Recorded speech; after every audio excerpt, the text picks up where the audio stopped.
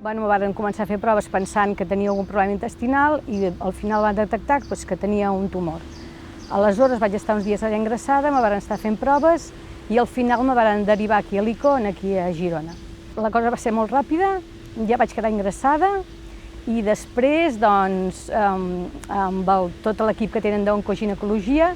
varen arribar a l'acord que començarien primer per fer-me quimio, per reduir-me els tumors,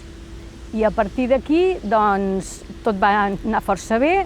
i varen arribar a un acord i vaig tenir la intervenció, una mica complexa, però la veritat que va sortir superbé. I després de la intervenció vaig estar 2 mesos recuperant-me i després vaig tornar a fer quimio fins al mes passat, que va ser l'última, i ara, precisament avui mateix, començo un nou tractament, més que res per anar mantinguent els resultats que hem tingut fins ara. I la veritat, me trobo bé,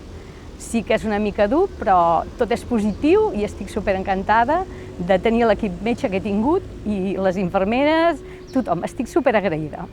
A totes les persones que tinguin algun símptoma, alguna coseta que no sigui normal, que s'ho facin mirar, perquè jo en cap moment m'hagués pensat que hagués pogut tenir un problema d'aquesta magnitud. Jo sempre pensava que seria un problema intestinal i que es resoldria